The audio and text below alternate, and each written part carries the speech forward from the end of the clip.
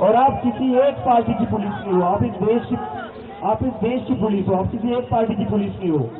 अगर आपको एक पार्टी की पुलिस बननी है तो जो खाकी वर्दी है उस खाकी वर्दी को निकाल दीजिए, बीजेपी हेडक्वार्टर के सामने चले जाइए और वहां चिल्लाइए मैं भी चौकीदार। नीट पेपर फुटी प्रकरणी जेनझीच्या आंदोलनाला पाठबळ देणाऱ्या कॉक्रोच जनता पार्टीला धर्मेंद्र प्रधान यांच्या राजीनाम्यामुळे मोठं यश मिळालं। सीजेपीमुळे देशात सरकारसमोर प्रेशर ग्रुप तयार झाला। आता हाच ग्रुप पुढे जाऊन राजकीय पक्ष बनणार का? या पक्षाकडून निवडणुका लढवल्या जाणार का? असा प्रश्न सर्वसामान्य नागरिकांकडून विचारला जातोय आणि यावर आता कॉक्रोच जनता पार्टीचे संस्थापक अभिजित दिपके यांनी खुलासा केला आहे।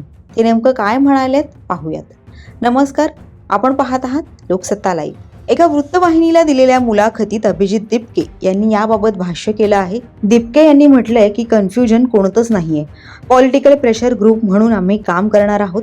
नागरिकांचा देशातील संस्थांवरचा विश्वास उडत चालला आहे, मग निवडणुका लढवून तुम्ही करणार काय? सकाळी ज्यांना मत देता संध्याकाळी तो आमदार दुसऱ्या पक्षात गेलेला असतो। एकेकाळी मतदार ठरवायचे की सरकार कोणाचं येईल, पण मागच्या लोकसभेपासून सरकार ठरवतंय की मतदार कोण असेल, असं म्हणत अभिजित दिपके यांनी SIR प्रक्रियेवरही टीका केली आहे। याच मुलाखतीदरम्यान अभिजित दिपके यांनी सीजेपी आउटडेटेड होण्याबाबतही भाष्य केलं आहे। आता जे प्रेशर निर्माण केलं आहे ते दीर्घकाळ राहील का, असा प्रश्न विचारल्यावर अभिजित दिपके यांनी त्यावर उत्तर दिलं आहे। जितके जास्त प्रेशर ग्रुप बनतील तितकं चांगलंय।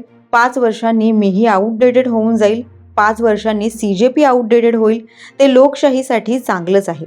सीजेपी मध्ये कोणी फुटलं नाही पाहिजे, पण पक्षातील लोक फुटणार असते तर ते गेल्या महिन्याभरातच फुटले असते, कारण आम्हाला अनेक धमक्या आल्या होत्या, भाजपात येण्यासाठी या धमक्या होत्या, असा दावाही अभिजित दिपके यांनी केला। 27व्या वर्षी सौरभ दास सारखा एक तरुण केंद्रीय गृहमंत्री अमित शहांबरोबर बसून नेगोसिएशन करतो, हे भारताच्या इतिहासात पहिल्यांदाच घडत होतं, असंही त्यांनी स्पष्ट केलं।